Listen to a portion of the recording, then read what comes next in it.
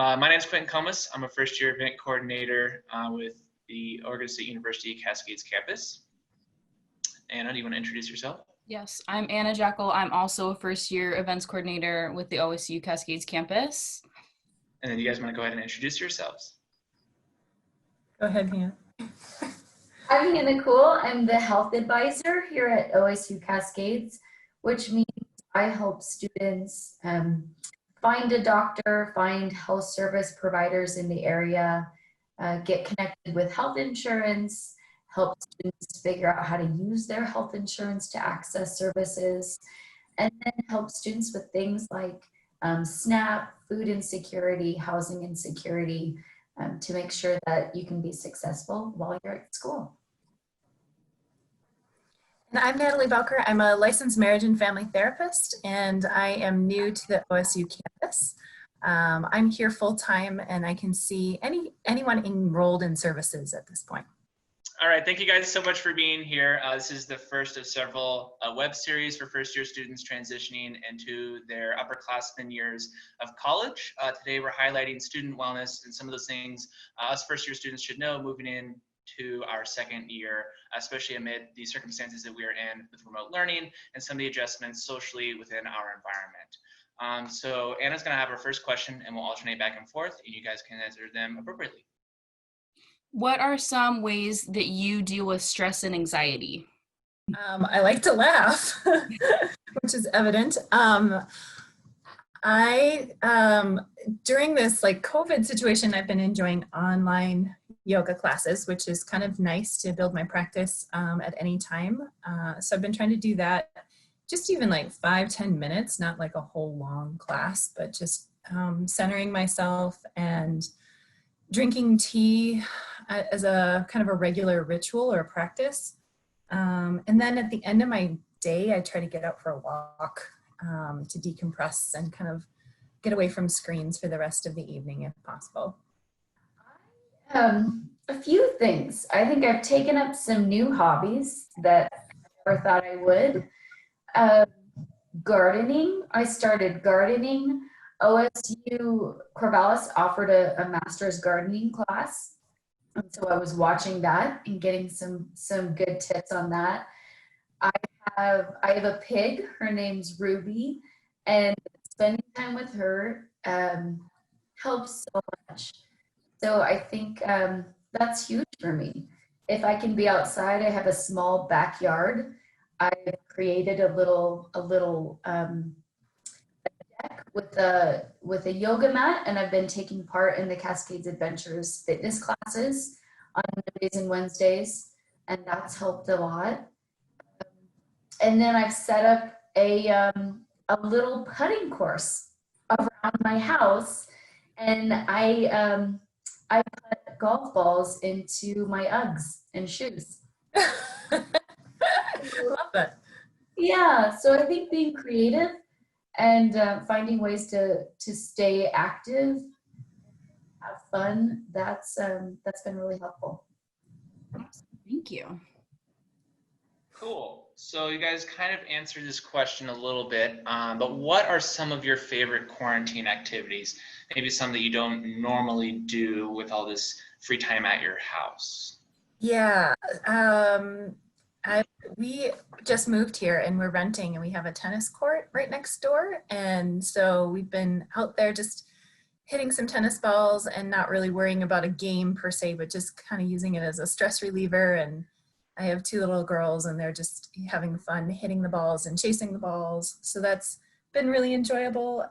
Impromptu dance parties, putting on music and just kind of letting loose at the end of the day has been really fun and spontaneous. Let's see. Yeah, and just bike rides, exploring a new area has been fun. Yeah.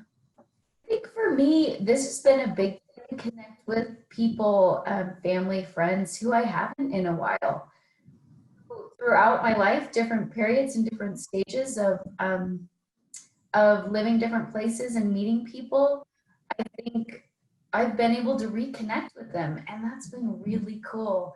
And I'm surprised that it's taken this, but it's been a really nice thing. And I think more than ever, we've realized, you know, one of my best friends lives in New York, that boundaries and geographical location don't matter as much right now or anymore. So reconnecting has been really neat, and I value that during this time. And hoping I'll stay up with those habits too. My sister's in Seattle, and we've been scheduling times to talk, to drink tea, and just be face to face more than we ever have. And that's been really helpful for me. Yeah, Awesome. I agree. That's been a wonderful blessing out of all of this, is just being able to make time for people that you've lost touch with. And you're right, now is a good time to check in with people. And while it doesn't quite feel the same as far as being in person, it's something. And even just seeing my little daughter connect with her old friends has been really nice, just, and, you know, makes her day. So little things can make our day. Mm-hmm. So what are some ways that you can offer support to students that are struggling with the online learning or remote learning? Yeah, it's a challenge for everybody. And I've been talking to students about that quite a bit, you know, individually. And normalizing that it is a struggle for everybody is important. So I kind of start with that and just acknowledge that this is a unique situation that we're all experiencing, including the professors. You know, this is not the way that they normally deliver their lectures or their classroom material. So it's kind of, we're all learning as we go. And so we need to have a lot of patience with ourselves and kind of patience with the process. And that's challenging when this isn't what you wanted. You know, we didn't sign up for this kind of way of working or being or interacting with professors per se, but it is what we have, and it's something. And so it's finding a way to stay engaged with the learning, the material itself. Sometimes it comes down to just being, doing it for the love of learning, and finding that you're learning new things can help you stay motivated. And then continuing to engage with the professors after class, you know, sending them emails and just engaging with them outside of the material, I think might be helpful to feel connected. So those are some of the ideas I have. We're kind of all still figuring this out.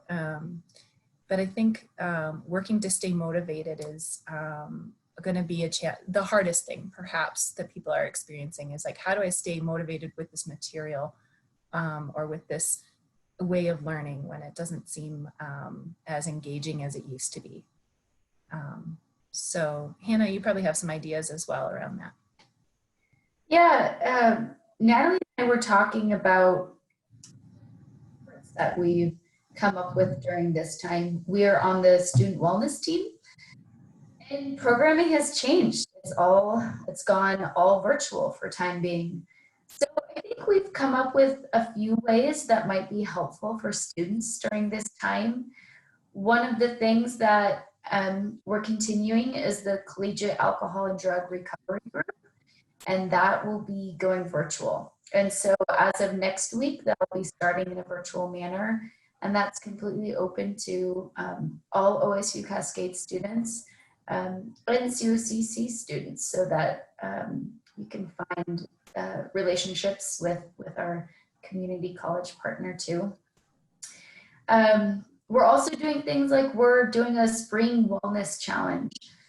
So each week there's going to be a small challenge, a goal for the week, and if you participate, you'll be entered to win e-gift cards, so grocery cards, Amazon gift cards. I think it's about small things that we can find joy in or hope in to keep us, right, to keep us going, and like Natalie said, motivated. I think for me, before each Zoom meeting, because now our lives are filled with just Zoom meeting after Zoom meeting, it's after every Zoom meeting, even if I'm back to back, I take a minute and I stand up and I stretch, or I do, you know, a walk around my kitchen. I refill my water bottle, maybe get a little snack with me. And then I think mentally it helps for me to notice, okay, it's 11:30 and this meeting's going to go to 12:30. I can do an hour of focus in another virtual meeting. So just mentally getting prepared for that has really helped me. I know Natalie has a program, a meditation meeting group, and so I'll let her talk about that. Yeah, so we started just a few weeks ago doing on Mondays. It's a mindful meetup. So it's at 3:30 and it's just a Zoom meeting, but you can show up to be guided through a meditation, and I will leave different meditations throughout the week. You don't have to have any experience with mindfulness or meditation. It's just an opportunity to decompress and to be kind of guided through some stress relieving techniques.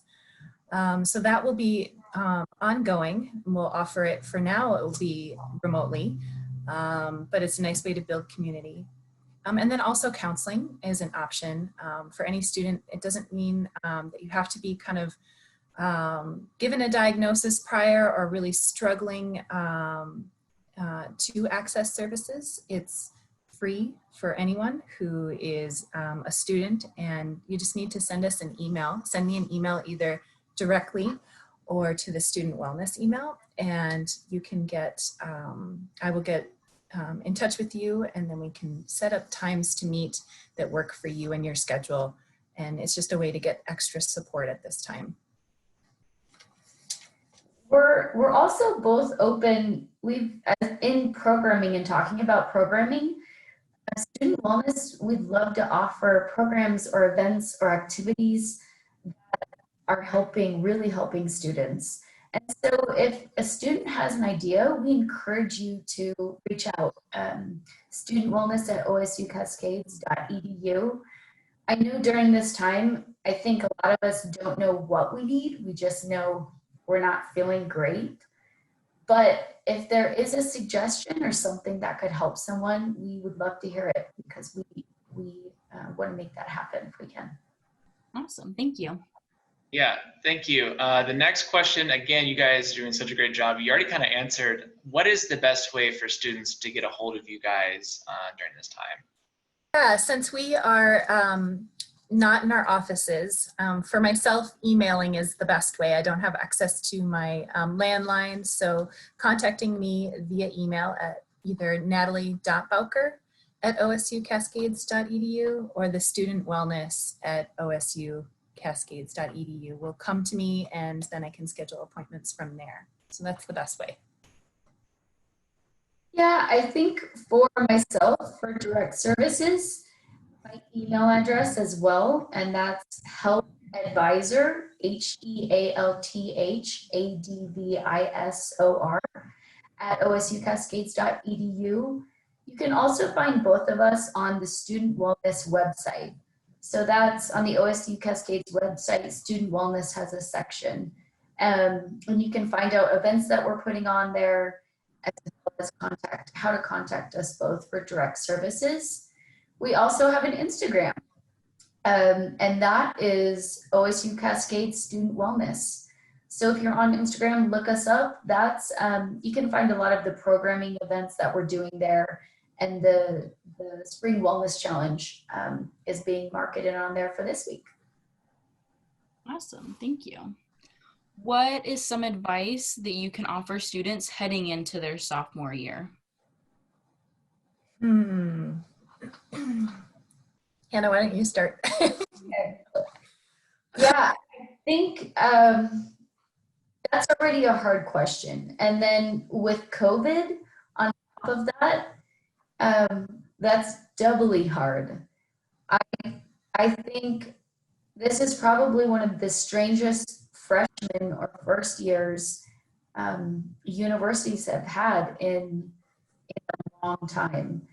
But I would say maintaining hope, trying to find hope in small ways, and know that this remote learning environment, this will change, and we will get back to some sort of normalcy in whatever way that means for you. So I think thinking that things will get better and that sophomore year will, hopefully be in person. That's the goal, and that's what we're hoping for. And then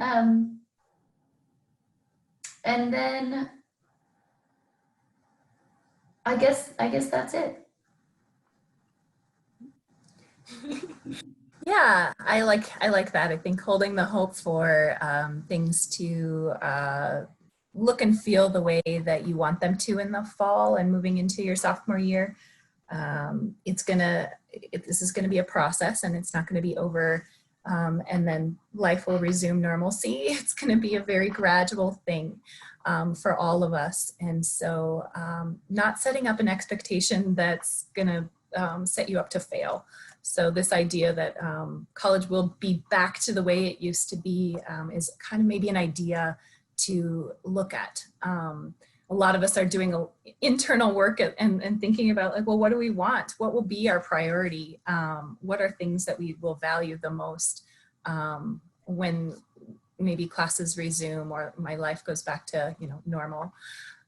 So this might be a really good time for yourself to do that if you haven't been thinking about your values and prioritizing those right now, and including school. So when you get back to school, what do you want your day to look like realistically, and what clubs or organizations or potential job opportunities do you want to filter in and add to your life without making it too overwhelming, but just with the priority lens of like, okay, these things matter to me now, maybe matter more because of this.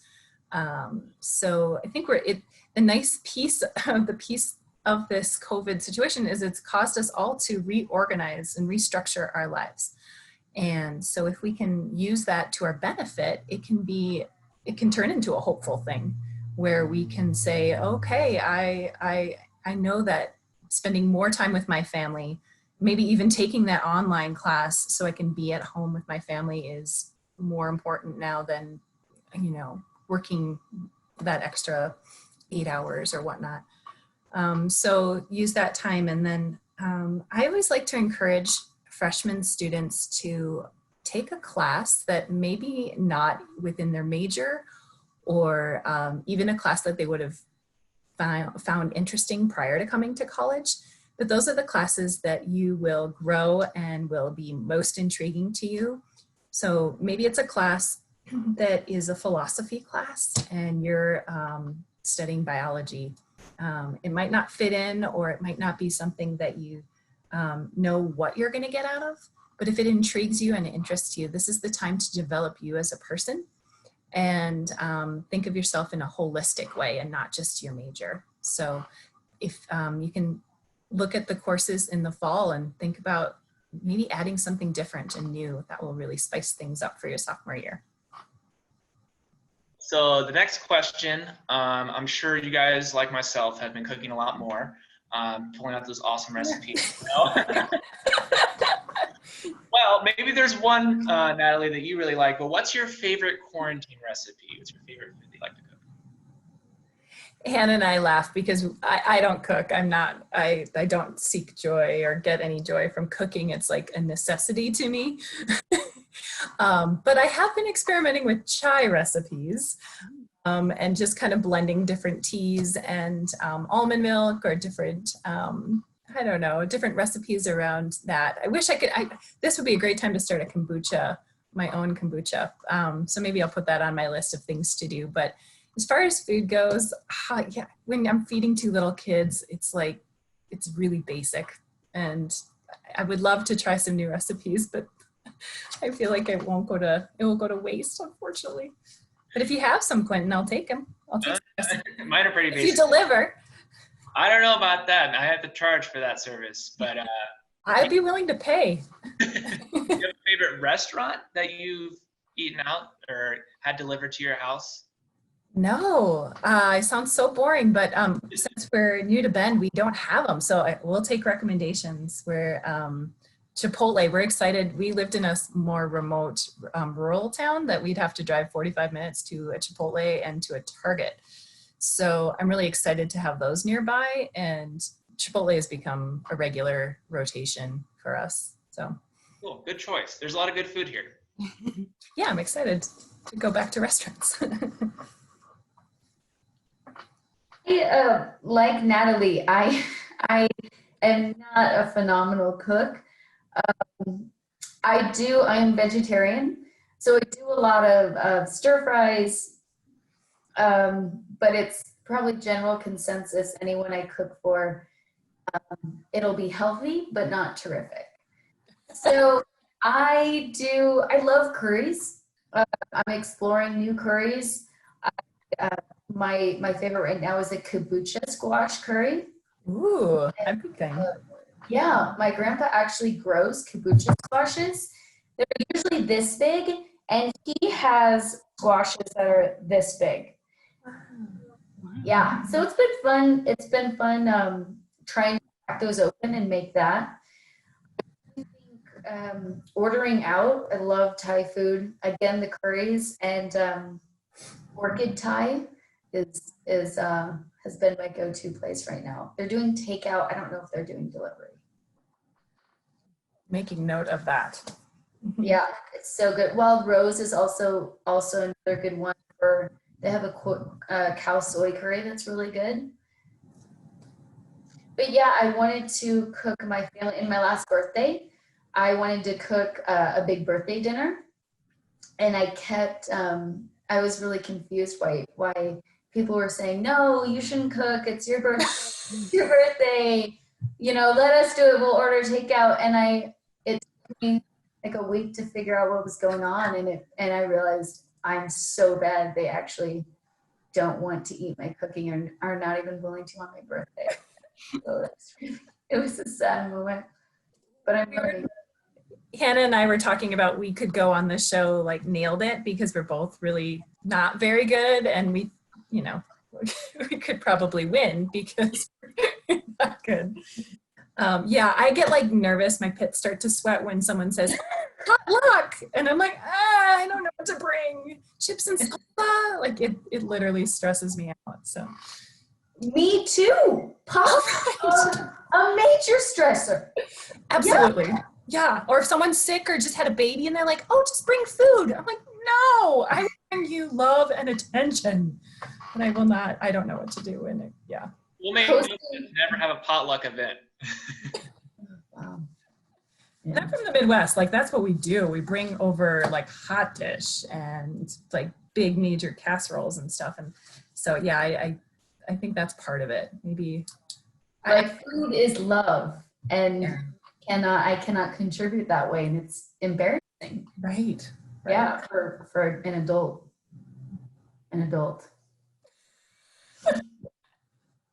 What are some ways, or what is some advice that you can give students experiencing the sophomore slump?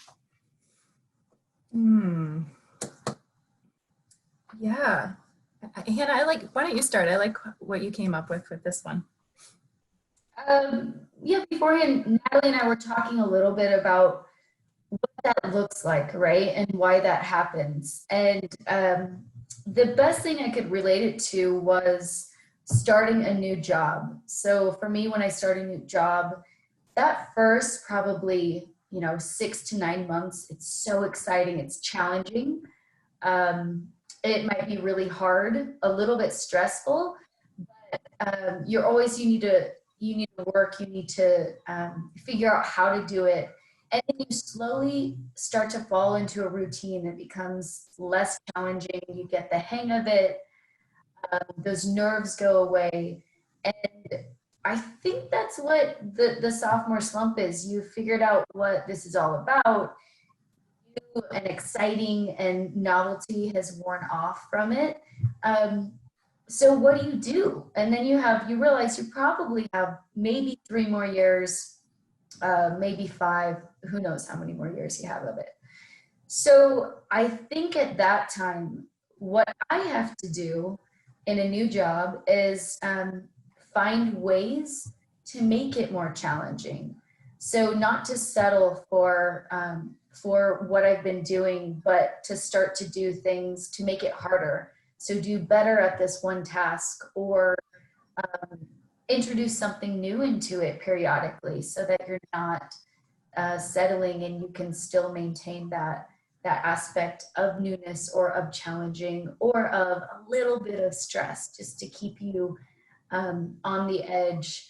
And so that might look like for a sophomore, pushing yourself to join a new club that you haven't, that maybe scares you, or do an extracurricular activity, even though it's uncomfortable and it's out of your routine. Or maybe that means reaching out to different people, different groups, expanding yourself and continuing to grow in different ways than just your routine. Yeah, and I like that answer a lot, Hannah. And I would say sophomore slump, to consider it more like reframing it in terms of you're kind of getting your groove. You're finally kind of in a set, you aren't new and you aren't graduating yet. So you're kind of in this sweet spot of finding ways to, like Hannah said, expand what you want to get out of your experience. You kind of know what to expect from your teachers and from some classes. So you can use that to your advantage, and the anxiety can decrease on some level because it isn't so new, and it can be a place where you can take ownership over your education and of your experience. So if anyone's experiencing this slump, I encourage them to think of it as a reframe, like, well, no, this is actually, just because it isn't new doesn't mean it's bad. It's actually an opportunity to build off of what you've learned and do it better from last year. Like, what do you want to work on? And whether that's the learning aspect or just personal and professional development that you didn't have the chance to do because everything was so new and you were kind of like a deer in the headlights as a freshman. And then building community, just this is sophomore year, you met everyone freshman year and you're still kind of working through relationships. There's always this, like in counseling, I've worked in higher ed, and about halfway through the year, there's these relationship breakups and there's a lot of turmoil around the holidays. And then, you kind of settle in the second part of the year into new or deepening some of those friendships. So sophomore year, you feel a little bit like, yeah, I think I know my pocket of people, or I'm really going to work to build that pocket of people to be my network and my support system. And if you're at that place where you're not finding those people, it's a good opportunity to reach out and to connect through groups and clubs to say, okay, I'm needing to make those connections now in a different way. So I think sophomore year is actually a wonderful time in this trajectory of school to build long-lasting friendships and relationships with professors and dive in to do the actual work. I also want to add, my college career, what I wish I would have done sooner is start internships at an earlier time. So not wait for junior year or senior year, so that you can get as many internships and experiences in as necessary to figure out kind of where you want to go and what you want to do. And our Career Development Center is phenomenal at helping students be placed into those and figuring out what a student's interested in. And so I would encourage you to start that early and start exploring kind of that bigger world and how you want to be a part of it. Just another plug for the Career Development Center. If you don't know what you want to do, they're a great place to go and to do some assessments or to have some conversations, some inventories about your interests. And freshman, sophomore year is a really good time to take advantage of that kind of resource that's available to you. So then you can start to think about internships as well. Mm-hmm. That's a perfect opportunity to just put it out there that we will be talking with Career Development Center real soon. So stay tuned for that information. Mm-hmm. Did you guys have anything else that you wanted to add specifically to those questions? I do want to add one thing. I'm not sure which question you want to put it in at or with, But I know for me, this time period has been hard because I have control over it. And I like control. I like some sense of where I'm going or what I'm doing. And this time period has made me realize I really don't. And whatever control I think I have, life will always throw something at you, and you know, the environment or nature, whatever it is. And so I think letting go of that, but then also finding ways that you do have control over small things, and focusing on those and being thankful for those. I think that's really helped me. Awesome. So there's been a lot of talk in the media. The university is certainly putting out a lot of information, the governor, about ways to practice good health and taking care of ourselves during these interesting times. Social distancing being one practice socially we're doing. But do you have any advice for students to keep themselves physically and maybe also mentally healthy during these times? Just kind of self-care. Yeah. Go ahead. Natalie. I don't have a well-formulated answer yet, but yeah, I think just thinking about mind, body every day, like how are you taking care of your body every day, and how are you taking care of your mind every day? And for some people, they've had practice at doing this prior to this, and other people are scrambling to figure out what works and what doesn't work. And in counseling, I talk about it in terms of having like a toolbox. So what tools do you have to manage stress? And some of those tools right now are working well for people, and some tools aren't. And that's okay. We all have multiple tools in our toolbox, and sometimes we just have to kind of dust them off and figure out how they work. So moving your body. So, okay, we're all feeling more anxious. That's guaranteed. Like, I don't know anyone who's not. So with anxiety, when our anxiety goes up, we're more in a fight or flight response. So doing things to calm our nervous system is required. And that is, I think, something that we need to practice every day, because this isn't something that is going away. So this is especially true for other people that have additional stressors in their life. They need to work on calming their nervous system down. So we're not so reactionary, not feeling as irritated or irritable or lashing out or having road rage or all those things. So ways to do that are through breathing, mindfulness, also through calming strategies, like even just taking a shower, sleeping or resting with your legs up the wall, downward dog. Lots of yoga practices can reduce that fight or flight response, the sympathetic nervous system. So developing some of those tools. Sometimes people say, well, I'm anxious, so I exercise. And while that can help with some of the excess energy, it also can kind of keep us ruminating in our head. So that might take care of the body, but it might not take care of the head.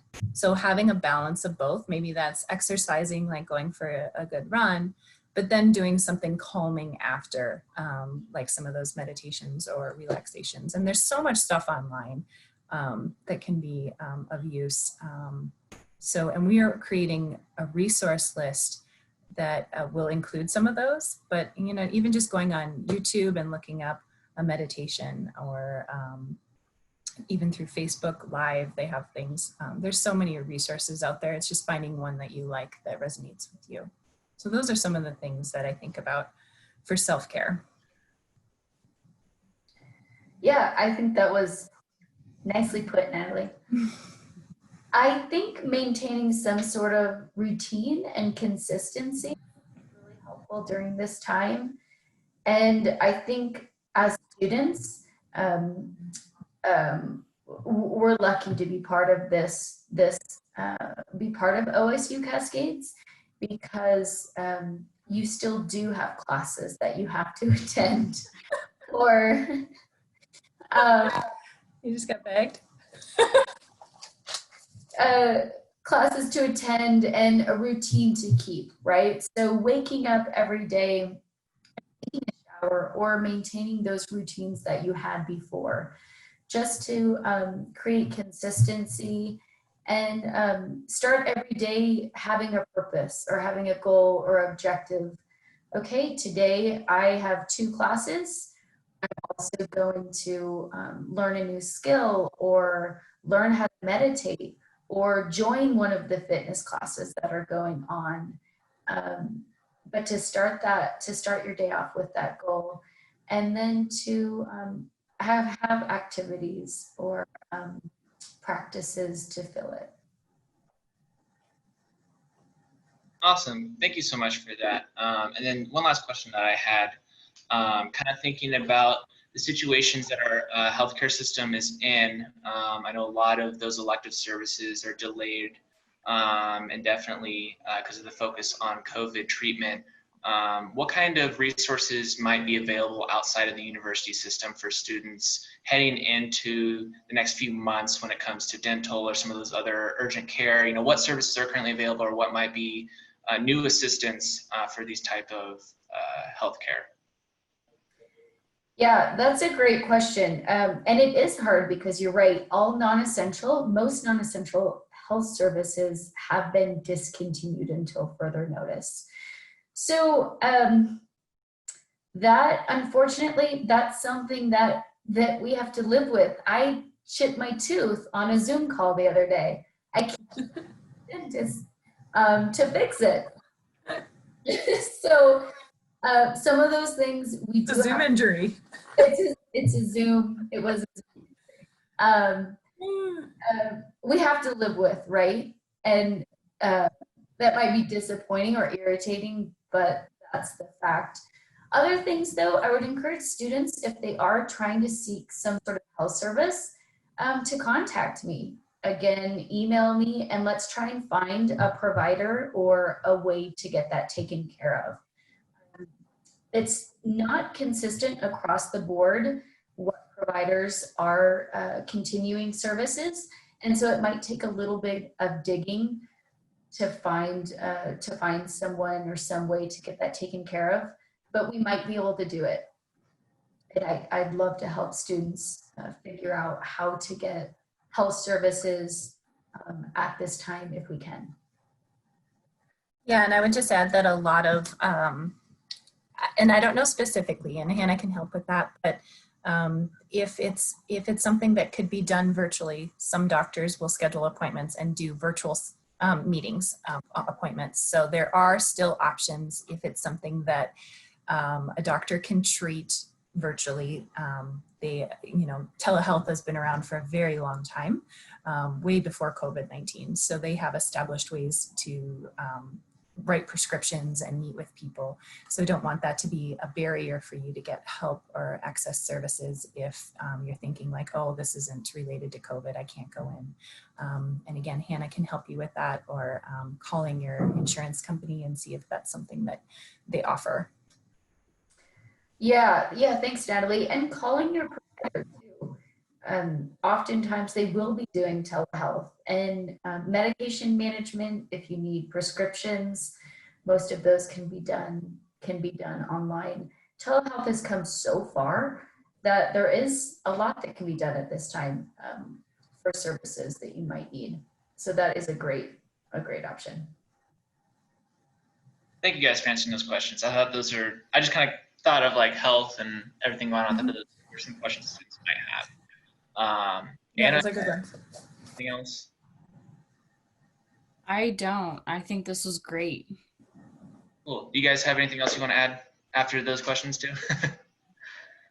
Yeah, the other thing that I would want to add is there are so many nonprofits and groups popping up to help people who are in financial need at this time and might not be able to get the resources like housing or food or helping to pay for utility bills, getting meals if you are immunocompromised or if you are older and you cannot go out, you feel that that's unsafe for you. There are so many resources that we have access to, and a lot of those services and organizations are popping up out of nowhere. So we have Student Wellness has done our best to put together a spring 2020 resource guide for those kinds of things.